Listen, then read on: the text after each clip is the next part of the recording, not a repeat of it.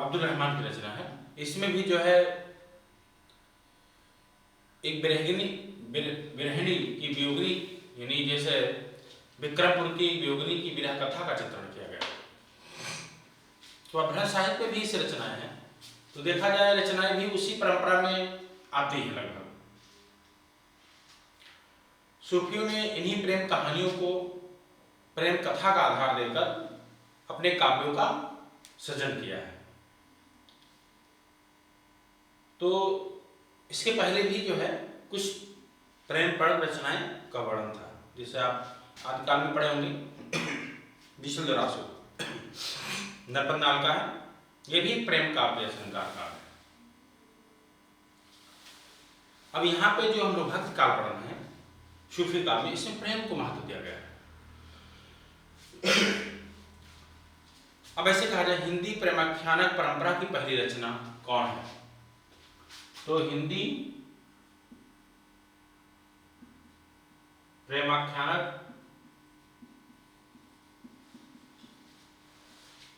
परंपरा की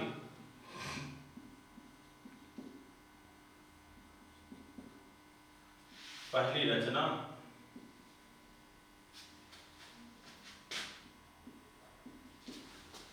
चंदायन मानी जाती है। चंदायन हिंदी प्रेमाख्यानक परंपरा की पहली रचना चंदायन है। अब देखना है किसका चंदायन? ये मुल्ला दाऊद की रचना, यही तो चंदायन है। तो प्रश्न है चंदायन किसकी रचना? मुल्ला दाऊद की रचना है। परंतु विद्वानों ने अपने अलग अलग मत दिए कि प्रथम सूफी रचना किसे माने। इस पे विद्वानों ने अलग अलग सुझाव दिए हैं। जैसे आचार्य रामचंद्र शुक्ल ने मृगावती को मान लिया, और इसी तरह हजारी प्रसाद द्विवेदी सत्यवती कथा को मान ली। मोतीलाल मिनारिया डॉक्टर नगेंद्र ने जो है हंसावली को मान लिया। अब इसी तरह चंदायन राम कुमार वर्मा को मान लिए। तो विद्वानों के अनुसार अगर पूछा जाए प्रथम सूफी रचना कौन है, तो आलोचक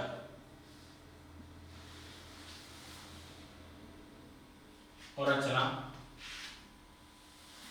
आपको देखना है कि कौन विद्वान किस रचनाओं को प्रथम सूफी रचना मानते हैं। तो जैसे आचार्य रामचंद्र शुक्ल की बात करें, इंपॉर्टेंट है, आचार्य रामचंद्र शुक्ल ने प्रथम सूफी रचना माना जो है मृगावती को। मृगावती, अब है किसकी मृगावती? कुतुबन एक कवि है, ब्रैकेट लिख दे रहे हैं, कुतुबन की। ठीक, या तो इस पे इंपॉर्टेंट है। राम कुमार वर्मा के अनुसार, डॉक्टर राम कुमार वर्मा, इन्होंने प्रथम सूफी रचना जो मानी है चंदायन को मान लिया। चंदायन को किसकी रचना है? मुल्ला दाऊद। मुल्ला दाऊद। इस तरह आचार्य हजारी प्रसाद द्विवेदी,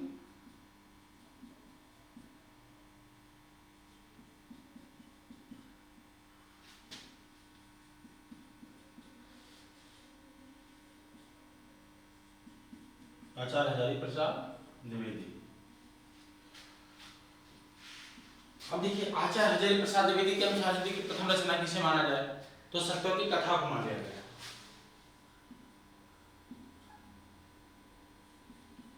सत्यवती कथा, क्या मैं आप लोग से जान सकता हूं कि जो लिख रहे हैं आपको दिखाई पड़ रहा है? ईश्वर दास की रचना है, आपको समझ में आ रहा है?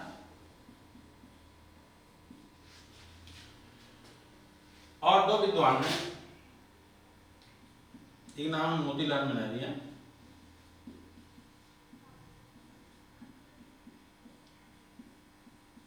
मनारिया और डॉक्टर नगेंद्र।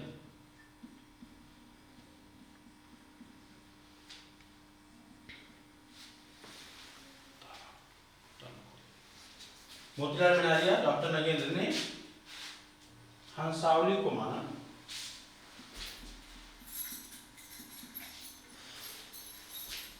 जो असाइद थी,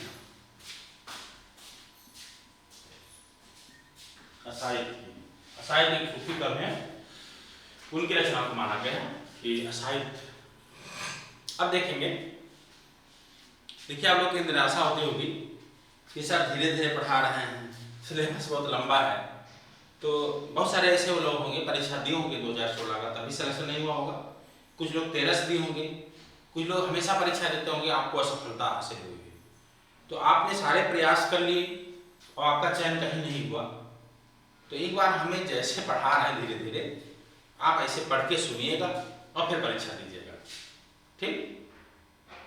तो जैसे अभी आपने सारा प्रयास किया, आपका चयन नहीं हुआ, तो एक बार मेरे अनुसार हम चाहे धीरे पढ़ाएं चाहे तेज पढ़ाएं, 125 प्रश्न आएंगे, वो मेरे अनुसार सुनते रहिए, ये मत डरिएगा मैं क्या कर रहा हूं। मेरे पे विश्वास, हमको भी तो खुशी होगी कि आप दूर दराज के लोग पढ़ रहे हैं, और हम टेस्ट भी कराने वाले हैं जल्द ही, और टेस्ट के लिए बिल्कुल नेगेटिव मत होना, बहुत हाल ही में आप लोगों को क्वेश्चन दिया जाएगा, ठीक है।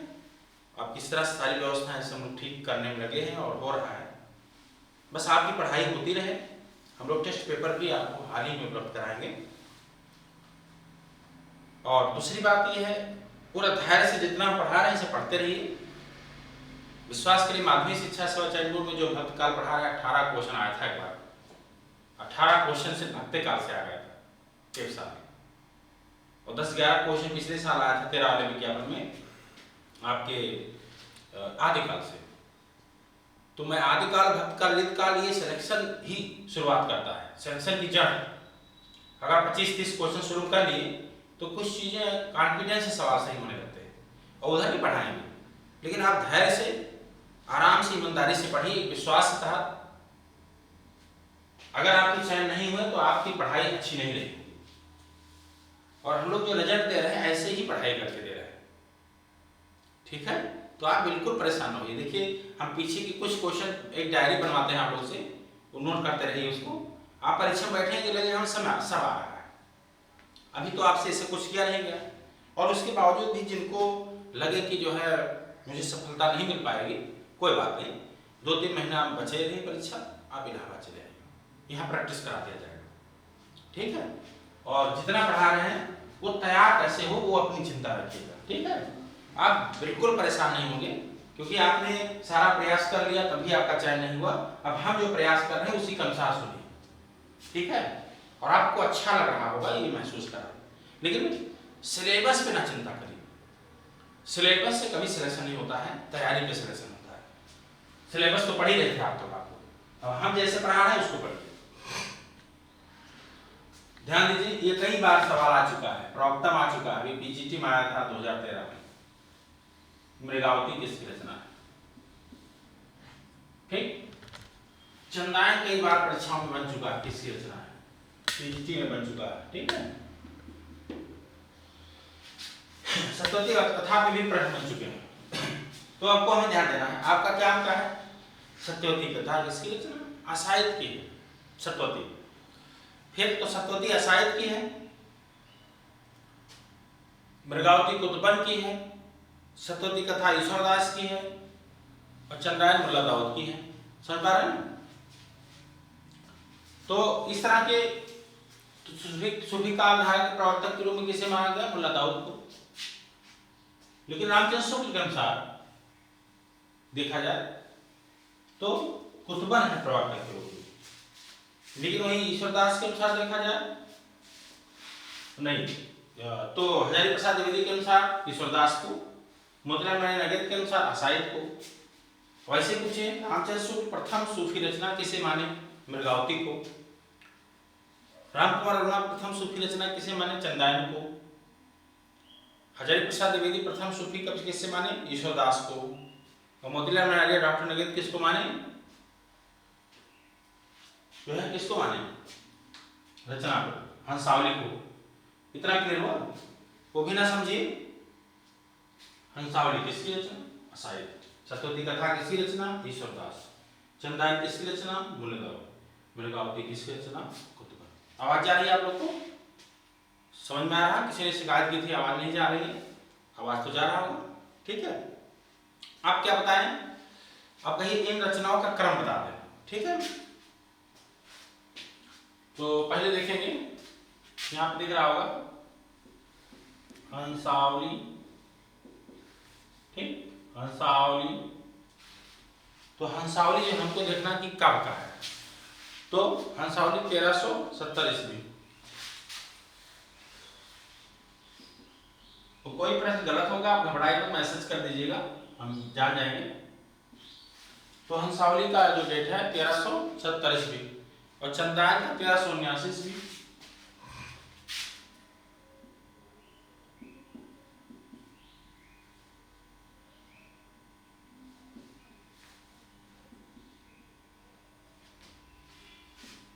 चंदायन 1379 ईस्वी। सतवती कथा 1501 ईस्वी।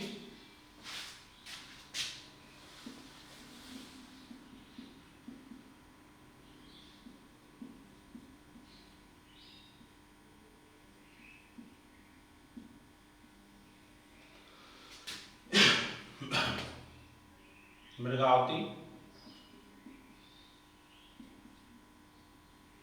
1523। अब क्या कहेंगे, ये क्रम है।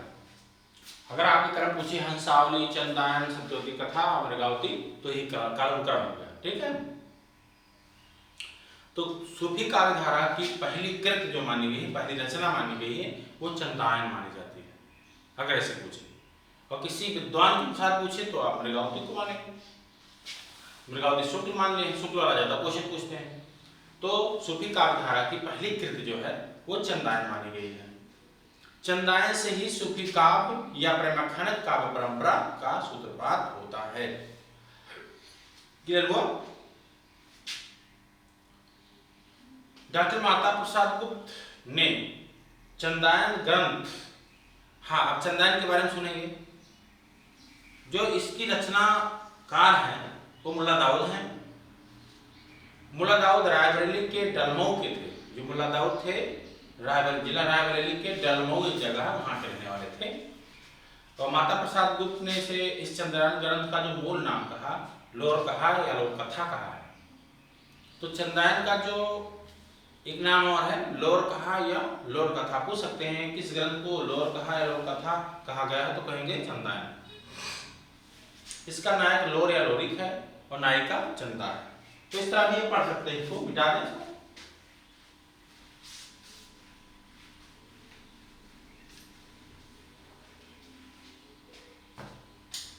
मान लीजिए चंदायन है, इस ग्रंथ को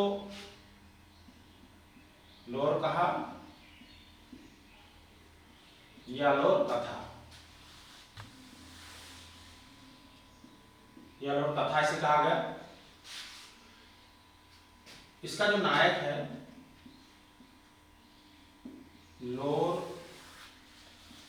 या लोरी, इसकी नायिका जो है वो चंदा है। समझ पाए? तो लोर कहा, लोर कथा कहा गया से, नायक लोर या लोरी और नायिका चंदा। क्लियर हुआ? इसी तरह अब इसमें लोरी की प्रेमिका चंदा अलौकिक सत्ता का प्रतीक है। अगर कहा जाए भाषा क्या है, तो भाषा अवधि है।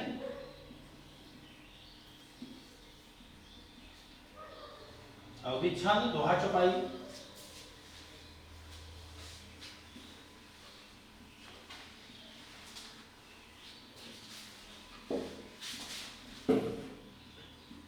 दोहा, चौपाई। अब देखेंगे,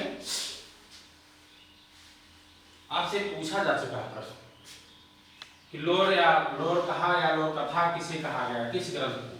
चंदायन को कहा गया। नायक पूछे लोर या लोरी, नायिका पूछे चंदा।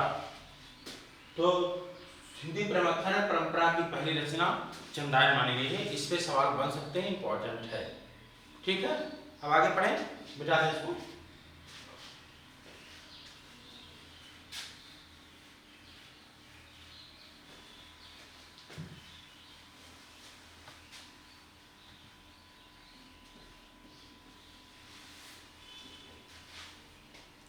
अब हम हंसावली के बारे में चर्चा करेंगे।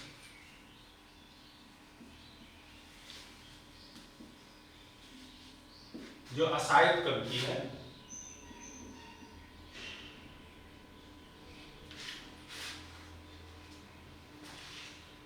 देखिए, जो हंसावली है ये असायत कवि ने ये है, और इसके जो पाटन की राजकुमारी थी, हंसावली नाम था उनका, और नायक का नाम राजकुमार था। भाषा राजस्थानी है, छंद दोहा चौपाई है, तो कोई इस तरह की व्याख्या इसमें नहीं है। नायक थे जो थे वो राजकुमार नाम से थे, और नायिका जो थी वो हंसावली। अच्छा, इनकी भाषा राजस्थानी है, राजस्थानी हिंदी, और छंद जो है दोहा चौपाई। ये क्लियर हुआ? अब देखते हैं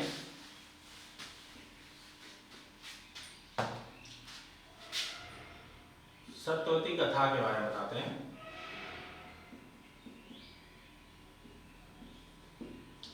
इसके जो रचनाकार है ईश्वरदास आचार्य शुक्ल के अनुसार ये राम भक्त कवि है। तो ईश्वरदास वही है जिन्होंने सत्यवती कथा को लिखा, और ये आचार्य इन्हें राम भक्त कवि मानते हैं, क्योंकि भरत मिलाप और अंगद बैज ही पाएंगे इनकी रचनाओं को। तो ईश्वरदास जो है सगुणोपासक भक्त थे, और आचार्य इसे सूफी कवि नहीं मानते। इसके जो नायक हैं राजकुमार ऋतुपर्व या ऋतुपर्ण, और नायिका सत्यवती की प्रेम कथा का वर्णन किया गया। भाषा अवधी है, छंद दोहा चौपाई है। इसमें होता क्या है कि मथुरा के राजा थे, उनका नाम था चंद्रोदय।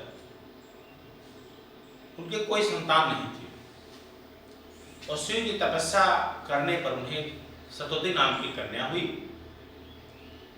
और जब वह कुमारी हुई, थोड़ा बड़ी हुई, तो वह नित्य सरोवर में स्नान करती थी और शिव की आराधना करती थी। तो इंद्रपत नाम के एक राजा के 4 पुत्र थे, जिनमें ऋतुपर्व एक थे। तो ऋतुपर्व या ऋतुपर्ण जो राजकुमार थे, एक बार शिकार खेलते खेलते वो घोर जंगल में जाके भटक गए, और एक स्थान पे उसे कल्पवृक्ष दिखाई पड़ा, जिसकी शाखाएं 30 कोस तक फैली थी। ये अतिशयोक्ति ही है, लेकिन अब जैसे है, तो उस कल्पवृक्ष में जाकर चढ़ गए और अपने दृष्टि दौड़ाने लगे, तो उनको एक सरोवर दिखाई पड़ा, जिसमें कुछ कुमारियां स्नान कर रही हैं। जब उतरकर वहां गए तो सत्यवती भी, अब वो सत्यवती स्नान कर रही थी और राजकुमार ऊपर गए तो एकटक देखते गए, सत्यवती भी देखने लगी। फिर बाद में ऋतुपर्व जब उनकी ओर एकटक ताकते रहे, तब सत्यवती को क्रोध आ गया और उसने ऋतुपर्व को शाप दिया, और तू कोढ़ी और व्याधिग्रस्त हो जा। मतलब कोढ़ी तो हो, लेकिन शरीर से जो दुर्गंध आती हो उसकी उस तरह साफ दिया। ऋतुपर्व वैसे ही हो गए और फूट फूट कर रोने लगे। यह व्यापक विलाप सुनकर सत्यवती कोढ़ी के पास जाती हैं, ऋतुपर्व के पास, पर वह उसे यह कहकर हटा देते हैं कि तुम जाओ अपना हंसो खेलो।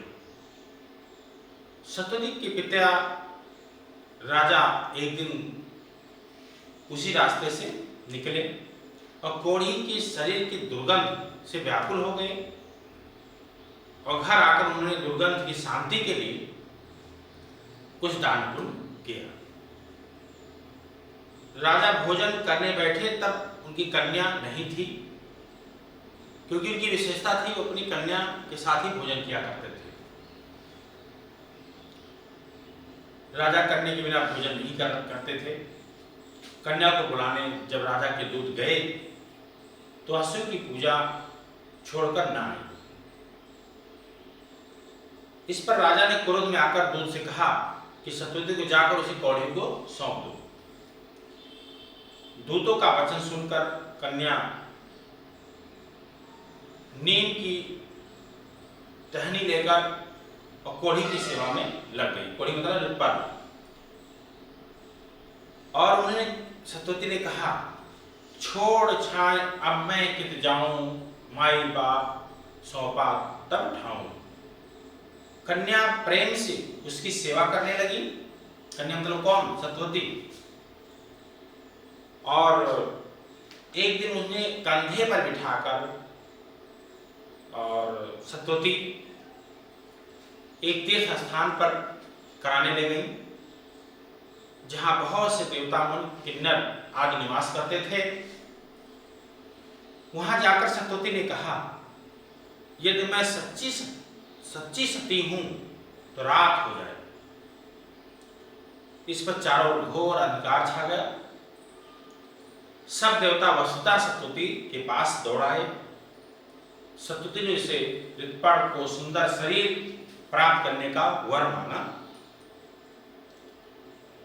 और व्याधिग्रस्त ऋतुपर्ण ने तीर्थ स्थान में स्नान किया और फिर उनका शरीर निर्मल हो गया। देवताओं ने दोनों का विवाह करा दिया। यही चीजें इस कथा में वर्णन किया गया है। अब हमको जरूरत क्या है? सत्यवती कथा एक प्रेमाख्यानक काव्य है। रचनाकार ईश्वरदास हैं। इसके नायक ऋतुपर्ण कौन है? ठीक, यही चीज को हमको ध्यान देना है। और ये जो कथा आप सुने, ये सब प्रश्न नहीं आएगा परीक्षाओं में, लेकिन इतना जरूर आ सकता है कि सत्यवती कथा के रचनाकार कौन है? ईश्वरदास। यही राम भक्त का पढ़ेंगे तो ये राम भक्त कवियों भी पाएंगे। भरत मिलाप और अंगद पैज भी इनकी रचना है। कुछ पूछा था कि अंगद पैज किसकी रचना? टीजीटी 2013 में, तो लगाना था हमको ईश्वरदास। ठीक है। इस तरह मृगावती की रचना है, तो मृगावती की रचनाकार कुतुबन है। तो हम देखेंगे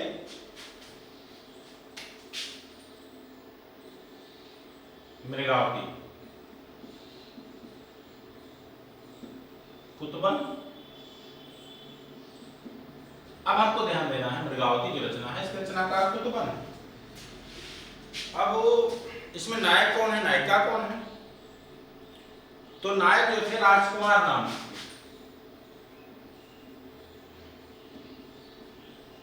राजकुमार। नायिका कौन है? मृगावती। इसमें प्रेम कथा वर्णन किया गया है। भाषावधि,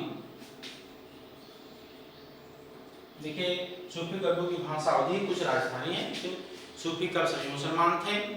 भाषावधि है, प्रबंध काव्य लिखे हैं। ठीक है।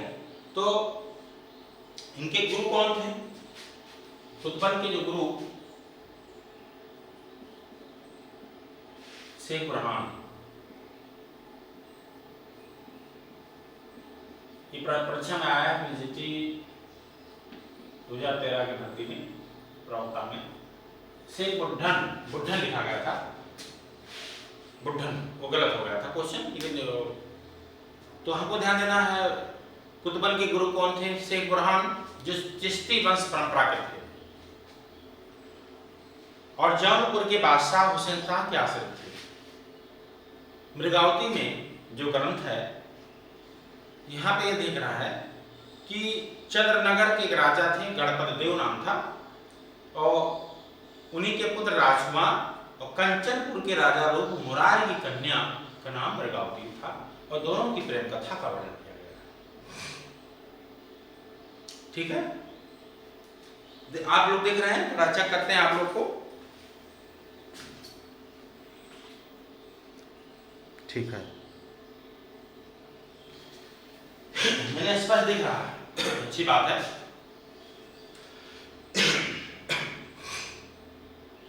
आप सभी लोग संतुष्ट रहिए, जो पूछा जाएगा उसको हाईलाइट कर दिया करें। तो मृगावती का जो रचना है, इसका कथा का जो सारांश यह है कि चंद्रनगर चंद्रगिर के एक राजा गणपतदेव का पुत्र और कंचनपुर के राजा मुरार की जो मृगावती नाम की राजकुमारी पर मोहित हो गए।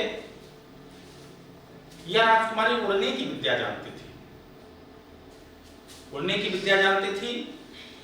अनेक कष्ट झेलने के उपरांत राजकुमार मृगावती के पास तक पहुंचे, पर एक दिन मृगावती राजकुमार को धोखा देकर उड़ गई और जब उड़ गई तो राजकुमार उसकी खोज में योगी बनकर निकल पड़े।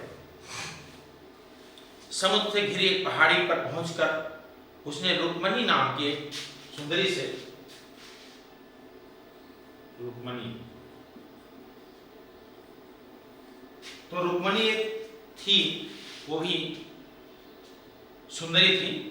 एक राक्षस ने अपने वश में कर लिया था, तो राजकुमार ने उनको बचाया और जब राजकुमार ने उनको बचाया तो सुंदरी के पिता ने रुक्मणी के साथ विवाह करा दिया। अंत में राजकुमार उस नगर में पहुंचे जहां अपने पिता की मृत्यु पर राज सिंहासन पर बैठकर मृगावती राज कर रही थी और वहां 12 वर्ष पर रहे। पता लगाने पर राजकुमार के पिता ने घर बुलाने के लिए दूत भेजा। राजकुमार पिता का संदेश पाकर मृगावती के साथ चल पड़े और उसने मार्ग में रुक्मणी को भी ले लिया। राजकुमार बहुत दिनों तक आनंद पूर्वक रहे। अंत में आखेट के समय हाथी से गिरकर और राजकुमार की मृत्यु हो गई। जब मृत्यु हो गई तो दोनों रानियां सती हो गई। ये जो मृगावती की कथा आपको पढ़ना है, ब्रह्माख्यान का भी है, तो बस इतने हमको जानना है। चयन बोर्ड ने अभी तक प्रवक्ता हो चाहे टीजी, मृगावती किसकी रचना है। अब नया क्वेश्चन था कि मृगावती की रचना का जो कुतुबन उनके गुरु कौन थे, शेख बुरहान और शेख बुढ़न ऑप्शन कर दिए थे, तो देखा जाए चयन बोर्ड का क्वेश्चन गलत हो गया था। मृगावती बहुत पूछा गया रचना, क्यों पूछते हैं, क्योंकि आचार्य रामचंद्र शुक्ल के अनुसार ये प्रथम सूफी रचना मानी गई है। समझ पा रहे हैं। तो इस तरह के हमारे प्रश्न बनते हैं। अभी कुछ और भी है, जैसे माधव कामकंदला गणपति हैं। अब माधव नायक, कामकंदला नायिका। भाषा राजस्थानी है, छंद दोहा है। माधव कामकंदला एक और है जो चौपाई में है, कुशल लाभ है इसके, वो भी भाषा राजस्थानी है, छंद दोहा चौपाई है। माधव कामकंदला और है, आलम कब की है, भाषा अवधि है, छंद दोहा चौपाई है। ये सब चीज और भी जानना है। जैसे माधवानल कामकंदला, इस नाम से 3 रचनाएं हैं। ठीक, तो एक तो आलम की है, एक कुशल लाभ की है। ठीक, तो एक आलम की है, एक कुशल लाभ की है और एक जो है किसकी है, गणपत की है, गणपत। अब देखिए नायक 3 लोग रचनाकार हैं, आलम, कुशल लाभ और गणपत। अब इसके जो नायक हैं तीनों, नायक माधव, नायिका कामकंदला, कामकंदला। तो चाहे आलम की रचना का नायक पूछे तब भी माधव और चाहे गणपत के पूछे तब भी माधव, काम और इसके कुशल लाभ का पूछे तभी माधव। नायिका भी वही है, भाषा में अंतर है, छंद में अंतर है। तो जो आलम की माधव कामकंदला है वो भी भाषा राजस्थानी है, गणपत का भी, नहीं ध्यान दीजिए, कुशल लाभ का भी राजस्थानी है और गणपत का भी राजस्थानी है और आलम का भी अवधी है। तो आलम वालों की भाषा, आलम ये अवधी वाले हैं, इनकी भाषा अवधी है और इन लोग की, जितने लोग की भाषा है वो राजस्थानी है। ये प्रश्न बन चुका है, कभी तो पूछ सकते हैं माधव काम करना किसकी रचना है, तो आपको ये ध्यान देना है कि विकल्प कौन कौन है, ठीक है। और कल के क्लास में मैं आप सभी लोगों को जायसी के बारे में चर्चा करेंगे और इसको लिखाएंगे भी जो जरूरत होगा, क्योंकि साधना की 4 अवस्थाएं तो हमने चर्चा किया है और आज इतना पढ़ाई आपने किया, तो कल की क्लास में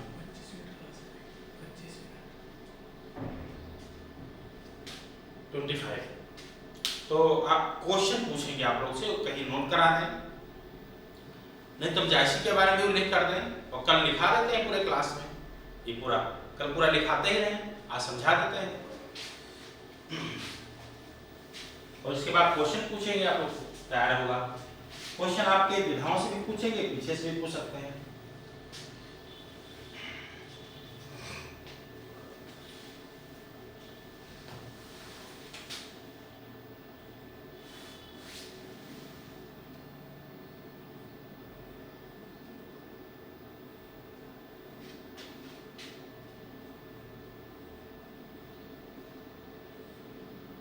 मलिक मोहम्मद जायसी जो हैं, देखा जाए इनका जन्म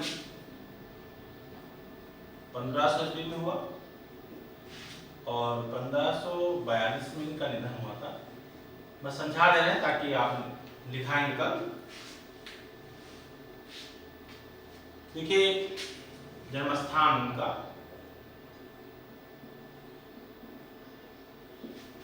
जिला रायबरेली,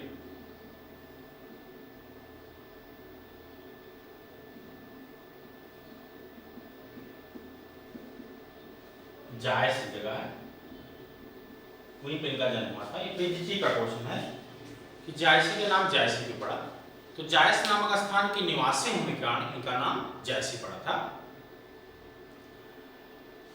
तो इनके गुरु शेख मोहिदी थे। हुआ क्या, जायसी शेषा सूरी के समकालीन थे, लेकिन ज्यादातर समय अमेरिकी देश के यहाँ व्यतीत करते थे। भाषण की अवधि है और ठेठ अवधि। जायसी इनको चेचक हो गया था, तो चेचक के प्रकोप से इनकी बाईं आंख और बायां कान खराब हो गया और जब बाईं आंख और बायां कान खराब हो गया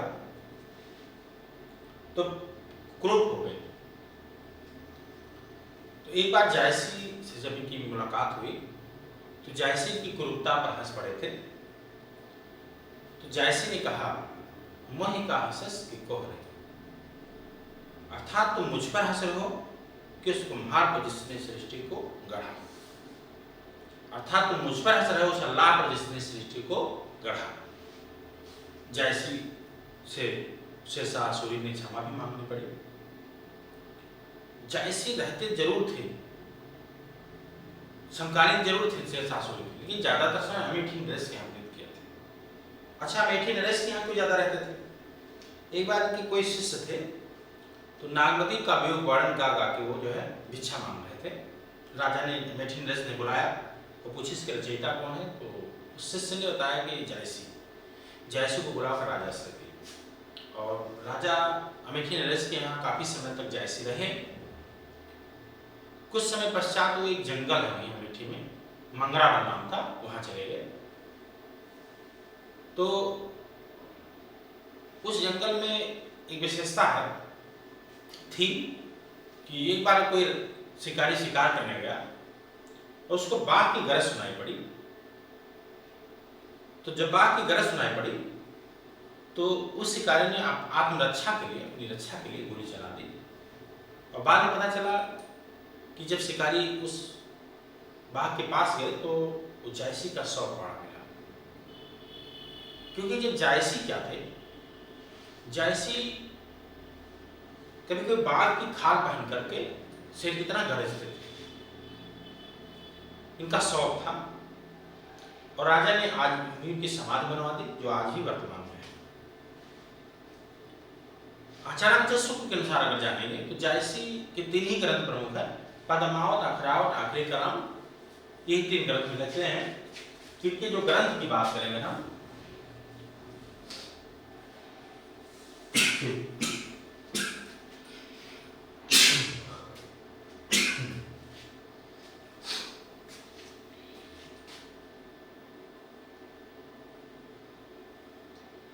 पद्मावत,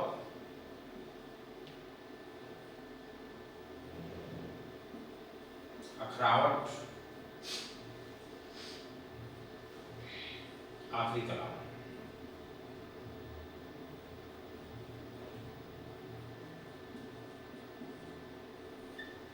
आपको सबसे ज्यादा क्वेश्चन ही समझते हैं, एक बार तब पूछा गया था अखरावत किस रचना है, ये चीज 2009 में पूछा गया। पद्मावत 57 खंडों में है। यह एक प्रबंध काव्य है।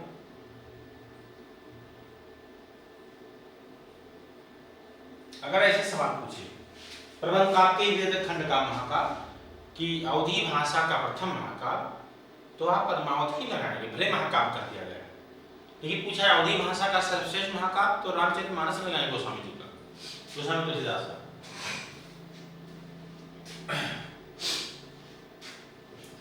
यह एक त्रासदी रचना है, त्रासदी रचना है। तो त्रासदी रचना ये विजयनारायण शाही ने कहा था कि त्रासदी रचना है। रामचरित ने इसे समासोक्त माना है, समासोक्त सूत्र के अनुसार समासोक्त कह दिए। भाषा अवधि यही है। इसमें कुछ पात्र हैं, इसको समझ सकते हैं। तो प्रतीक है उसके, ये प्रश्न आया भी था।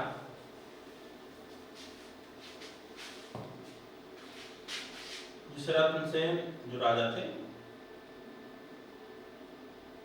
मन के प्रतीक राघव, चेतन, शैतान के प्रतीक है।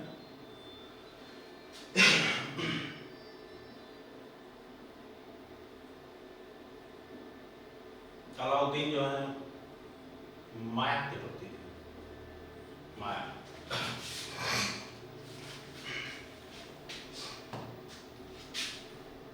हीरामन जो थे तोता, गुरु के प्रतीक माने गए। चित्तौड़ शरीर का प्रतीक माना है, शरीर का। सिंघल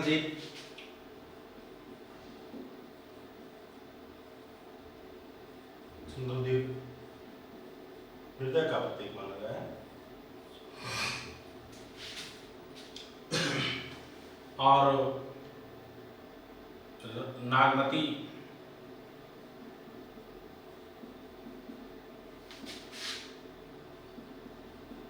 दुनिया धंधा या संसार का प्रतीक माना। पद्मावती बुद्ध के प्रतीक माने गए, बुद्ध के या परम सत्ता भी कह सकते हैं, आ चुका है। पद्मावती परम सत्ता के प्रतीक माने गए। अब देखते होंगे आप चयन बोर्ड की प्रवक्ता परीक्षाओं में नागमती पूछा गया था होगा। तो नागमती पूछी किस रचना की नायिका है, तो पद्मावती। पद्मावती इंपॉर्टेंट पार्ट है। तो इस तरह के हमारे क्वेश्चन बन सकते हैं।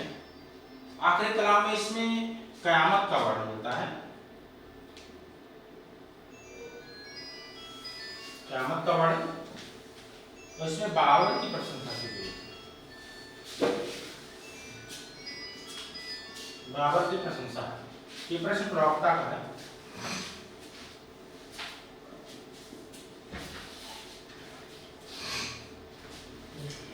मान के चलिए पद्मावत अखरावट आखिरी कलाम बहुत बुझाता है। और भी रचना है, ये अखरावट में इन्होंने वर्णमाला के एक अक्षरों को लेकर दोहा चौपाई का वर्णन किया गया है। और इसी तरह चित्ररेखा है इनकी रचना, कहारनामा है,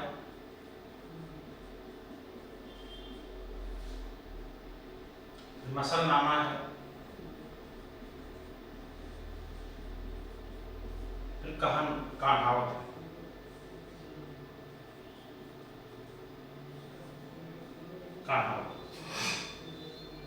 पद्मावत, अखरावत, आखिरी कलाम, चित्ररेखा, कहारनामा, मसलनामा, कहावत। आपको जायसी की कितनी रचनाएं प्रमुख है, और तीन शुक्ल के अनुसार तीन रचनाएं हैं, पद्मावत, अखरावत, आखिरी कलाम। ठीक है, तीन ही रचनाओं पर ध्यान देना है। पद्मावत के बारे में और बड़ी व्याख्या हम आपको समझाएंगे। तो जायसी के गुरु कौन थे? शेख मोहिउद्दीन। किस शासक के समकालीन थे? शेरशाह सूरी। जन्म स्थान क्या है? जिला रायबरेली की जायस नामक स्थान के थे।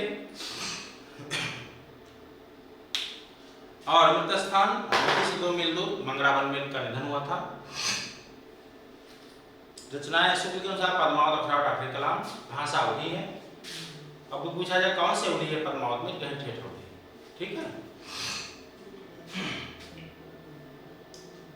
इस तरह के पद्मावत के बारे में व्याख्या बताएंगे आपको, और बहुत इंपॉर्टेंट भी है। तो इंपॉर्टेंट पार्ट है जो आप पढ़ सकते हैं। इस तरह नूर मोहम्मद हैं, उनकी रचना इंद्रावती और राम बांसुरी है। उपालम ऐसे सूफी ऐसे कवि हैं नूर मोहम्मद, जो उनको उपालम सुनने बनते थे कि तुम मुसलमान होकर हिंदी में क्यों रचना करते हो। तो इस तरह आप देखते होंगे, बहुत सारे पार्ट समझ में आए होंगे। मेहनत से पढ़िएगा, स्वाभाविक है अच्छी तैयारी आपकी होगी, मेरा विश्वास है। कम नहीं पढ़ रहे हैं, व्याकरण भी पढ़ रहे हैं आप और साहित्य भी पढ़ रहे हैं। तो देखा जाए, और यहाँ के ऑफलाइन की स्थिति क्या है? 1.5 घंटा ही पढ़ते हो। हाँ, लेकिन ऑफलाइन में क्या है, कभी कभी सामने होते हैं तो कभी कभी दूसरी बात आती है। लेकिन पढ़ाई में कोई कमी नहीं है, जो चीज़ वहाँ बता रहे हैं वही चीज़ यहाँ बता रहे हैं। आप लोग कभी अविश्वास की भावना मत रखना कि जो है कि सर जो है ऑफलाइन में ज़्यादा बताते हैं। देखिए, अब कोई इलाहाबाद आके टिक के रहेगा, रूम सबसे ज़्यादा प्लस पॉइंट ये होता है कि रूम पे लोग यहाँ पढ़ लेते हैं, कोचिंग का प्रत्यक्ष गाइडेंस पाते हैं और रूम पे अध्ययन करते हैं। 8-8, 9-9 घंटा उनके समय मिल जाते हैं। तो स्वाभाविक है गाँव पे इतने आपको समय नहीं मिल पाते होंगे, लेकिन जितना मैं बता रहा हूँ उसी के अनुसार चलिए। आप जरूर इस परीक्षा को अच्छे अंकों के साथ सिलेक्शन लेके आएंगे, ये मेरा पूर्ण विश्वास है। तो आपका सिलेक्शन जो होगा तो आप उस निरंतर संस्था में जरूर आ पाइएगा, ताकि मुझे लगे कि हाँ दिल्ली थे, मेरठ से हैं, लखनऊ से हैं, गाजियाबाद से हैं, बुलंदशहर से हैं, उत्तराखंड से आप लोग हैं, या आप जो है बस्ती से हैं, बहुत सारे लोग जुड़े हुए हैं। और मेहनत से आप लोग पढ़िए, और वो जो आपने शुल्क जमा किया है उसको मैं 55,000 में बदलने का प्रयास करूँगा। बहुत सारे चैलेंज लोग आप लोग कितनी मेहनत से पढ़ रहे होंगे, और मैं कई लोग की इस परेशानियों को भी समझता हूँ, लेकिन उसको अन्यथा मत लीजिए, क्योंकि सिस्टम है। आपने, मेरा भी टीचर होके विश्वास है कि अगर आपने अपने समय को दिया है, अपने पैसे को दिया है, अपने दिमाग को मेरे पे समर्पित कर दिया है, तो एक टीचर होके हम भी आप लोग के लिए प्रयास करेंगे कि कुछ तो नहीं कर सकेंगे, लेकिन मैं आपको एक शिक्षक अध्यापक के पद तक जरूर पहुंचाऊंगा, जो आपकी सैलरी 50 से 55 या 60,000 से स्टार्ट होगी, और एक समय आएगा कि आप 1-1, 1.5 लाख आपकी सैलरी होगी एक समय, कुछ दिनों बाद। तो मैं चाहता हूं कि आप एक सफल अध्यापक के रूप में आपका चयन हो और होगा। बस विश्वास बनाए रखिए अपने पे और शिक्षक पे और इस संस्था पे। और मैं यूट्यूब पे इस चैनल पे आप लोग के ऐप पे प्रयास करूंगा, परीक्षा तक भी बहुत सारी चीज़ें आपको स्पेशल बताते रहेंगे। और ये चीज़ परीक्षाएं आपकी समय से ही होने का प्रयास है कि मान के चलिए अप्रैल मई तक हम लोग का टारगेट अप्रैल तक होना चाहिए, कि उस टारगेट तक हम लोग अच्छी तैयारी के साथ कंप्लीट कर लें। और साल पेपर को जरूर सॉल्व करते रहिएगा, जो शिल्पी बताया गया है। और एक कुछ किताबें फिर बोल देंगे आपको, बीच बीच में हम बोलते रहेंगे। और सुबह मॉर्निंग में या शाम को कभी समय मिले तो आप जरूर इसको रूप धातुओं को पढ़ते रहिएगा। देखिए हमारा सामान्य हिंदी जैसे कंप्लीट होगा छोटा पाठ, मैं फिर आपको साहित्य लंबा सिलेबस है तो इसको चलता रहेगा, उसको मैं रूप धातु भी यहाँ लिख के समझाएंगे आपको। देखिए 10-12 रूप पढ़ना है, 3-4 धातुएं पढ़नी है, विभक्तियाँ पढ़ना है, आप बिल्कुल टेंशन मत लीजिए। संस्कृत साहित्य एक इम्पोर्टेंट उसको भी बता देंगे। ठीक, सब 4 पार्ट बहुत छोटा पार्ट है, 2 पार्ट ही बड़ा है। तो 100 क्वेश्चन कहाँ से आएगा? हिंदी साहित्य का इतिहास और सामान्य हिंदी व्याकरण से। और उस जो 25 क्वेश्चन आएंगे उस 4 पार्टों से, कहीं 5 कहीं 4 कहीं 3 ऐसे। ठीक है,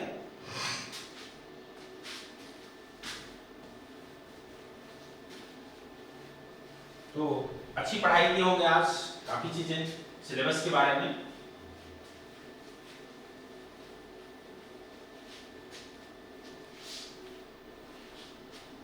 देखिए मेरा उद्देश्य है आपका सिलेबस पूरा करना है, मेरा उद्देश्य है आपका सिलेक्शन कैसे, सिलेक्शन की बात करेंगे आपसे। ठीक है, अब देखिए आपको पता है कि टीजीटी और पीजीटी ये 2 भर्तियां अलग ही हैं आपके सामने, उसी की तैयारी हम लोग कर रहे हैं। अब 100 उस टीजीटी पीजीटी में 125 प्रश्न आएंगे और बहुत सारे लोग तदर्थ लोग भी हो सकता है जुड़े हों हमसे, तो वहां भी 125 आएगा और हर एक क्वेश्चन 4 अंक का होगा। तो अगर हम 100 प्रश्न कर लेते हैं, 100 प्रश्न, तो 100 प्रश्न पे हमको जानते हैं कितने क्वेश्चन होंगे? 400 अंक मिल जाएंगे। अगर हम 25 प्रश्न और कर लेते हैं तो हमारे 100 प्रश्न 100 अंक और मिल गए, तो टोटल हमारा 500 अंक का है। खासियत बात यह है कि इस 500 अंकों में आपको इंटरव्यू नहीं देना है, टीजीटी में प्रवक्ता में देना है। तो यहाँ टीजीटी की परीक्षा में एक क्वेश्चन 4 अंक का हो रहा है, वहीं प्रवक्ता में एक क्वेश्चन 3.4 अंक का हो रहा है, क्योंकि वहां साक्षात्कार अभी है 50 अंकों का। तो इसलिए तो हमारे 6 पार्ट हैं इसमें, जिसमें हिंदी साहित्य का इतिहास, यहां से मेरे अनुमान से लगभग 70 प्रश्न बनेंगे। उसके बाद सामान्य हिंदी जो है टॉपिक है, यहां से 30 प्रश्न लगभग बनेंगे। तो मेरा प्रयास ये है कि यहां से 100 प्रश्न लगभग बनेंगे, 100 प्रश्न। तो आप समझ सकते कितना इंपॉर्टेंट होगा। अब इसी में काव्यशास्त्र है, भाषा विज्ञान है,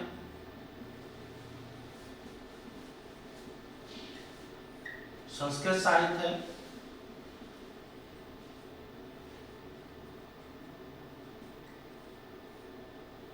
और संस्कृत व्याकरण।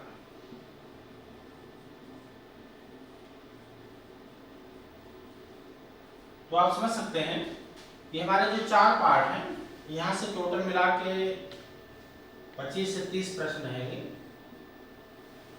अगर यहाँ 25 होगा तो यहाँ 30 कर देंगे, अगर यहाँ 90 होगा तो और बढ़ा देंगे, लेकिन टोटल 125 रहेगा। आप समझ सकते हैं। तो हो सकता है काव्यशास्त्र से आपसे 8 या 9 क्वेश्चन रहे, भाषा विज्ञान से लगभग 5 रहे, 13 हो गए, और यहाँ हो सकता है ये दोनों मिला के शेष रहे। तो 13 और 8, 13 और क्या 5 13 12 प्रश्न हो सकता है, 10-12 प्रश्न यहाँ से पूछे। तो आप समझ सकते हैं 25 क्वेश्चन अगर छोटी 4 पार्टों से पूछा तो छोटा सिलेबस होगा। तो आपका सबसे बड़ा क्वेश्चन साहित्य से और सामान्य हिंदी व्याकरण से मिलेंगे, इसलिए बहुत इंपॉर्टेंट है। तो ये दोनों पार्ट, और दोनों पार्ट पढ़ा भी है, तो यानी 100 क्वेश्चन पे हम लोग वर्क कर रहे हैं, 100 प्रश्नों पे। ठीक है, और जिसकी कोई समस्या होगी आप जो है एक नंबर है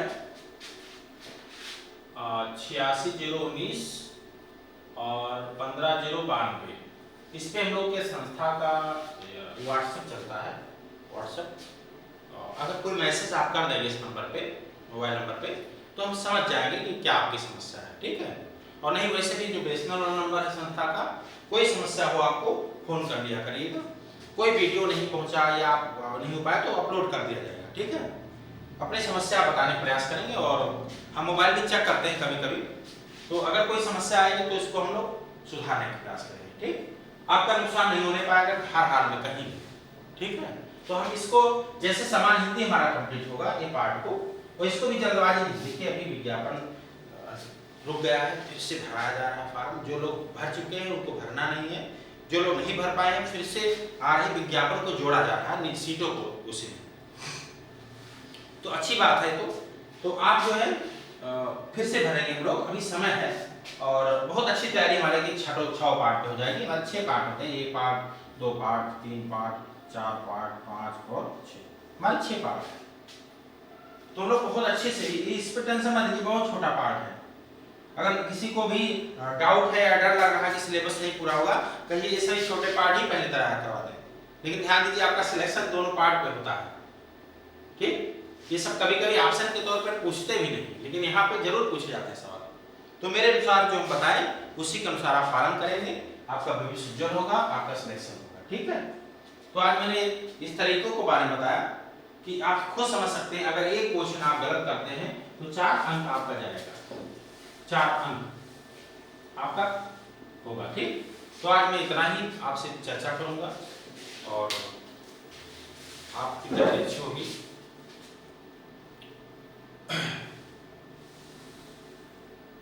आप कितने लोग जुड़े हुए हैं और कौन कौन आप मुझसे बातों को सुन रहे हैं, मैं आप सभी लोग को देखना चाहूँगा। हाँ, सुषमा शर्मा जी आपका कमेंट है कि सर जो लोग भर चुके हैं उन्हें भरना नहीं है या सिर्फ फीस नहीं जमा करना हो।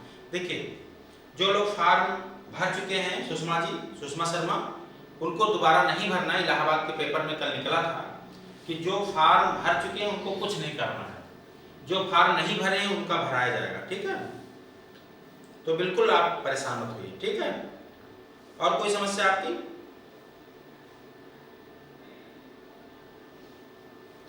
कितने लोग क्लास कर रहे हैं हमारे? 50 लोग जुड़े हुए हैं हमसे, और जितने लोग भी जुड़े हैं अभी और लोग जुड़ रहे हैं। तो ये चीजें ध्यान दीजिए, मैं 100% आप लोग को शिक्षक बनाने का प्रयास करेंगे। हाँ, देखिए व्याकरण की किताब, अच्छा क्या क्या पढ़ना है आपको, ठीक है, वहां से प्रिंट ले किताब। मैं 2 मिनट हमारे पास समय है, किताब ज्यादा ना पढ़िए आप लोग, मैं नोट्स में पूरा प्रयास करूंगा। जो व्याकरण की किताब है उसका नाम है आधुनिक हिंदी व्याकरण और रचना।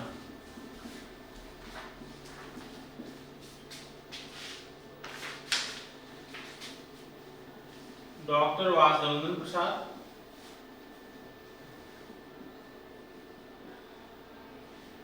टाइम बताने का प्रयास करेंगे आप लोग। 2 मिनट के। एक किताब ले लीजिएगा व्याकरण का, और दूसरा टीजीटी उधर पीजीटी, इस शिल्पी का साल पेपर ले लीजिएगा अभी आप लोग, घटना चेक मत लीजिएगा, शिल्पी का साल पेपर इसको ले लीजिएगा। और एक वस्तुनिष्ठ हिंदी है,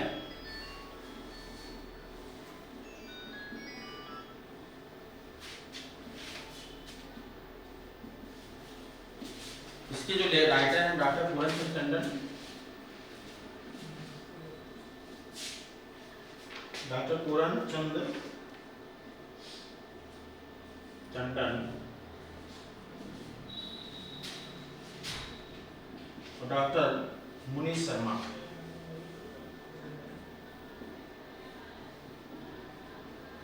ये लेखक दो लोग एमएल के लिखे हैं। ये वस्तुनिष्ठ हिंदी की है, इसको आप ले लीजिएगा। साल को ज्यादा करेगा, ठीक, हमारे मैटर पर्याप्त है, साल को ज्यादा करेगा। हाँ, और एक यूजीसी का है,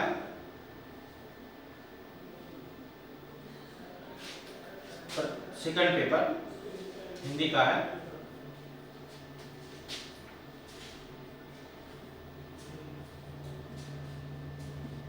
प्रतियोगिता साहित्य सीरीज का। इसमें जो हर चैप्टर वाइज बस में पीछे क्वेश्चन दिया था उसको सॉल्व करेंगे आप, और कुछ करना नहीं, ठीक है। और एक काव्यशास्त्र की किताब ले लीजिएगा।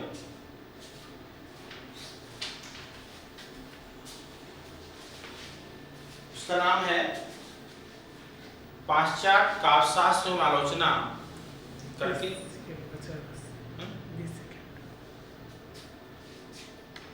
एक योगेंद्र प्रताप सिंह की ले लीजिएगा, काव्यशास्त्र के।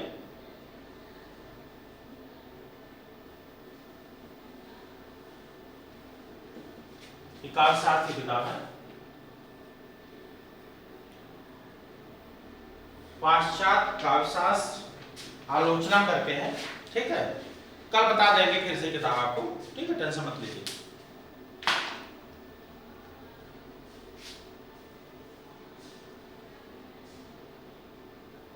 किसी ने कहा है बट क्लास में सर आवाज बहुत नहीं आती।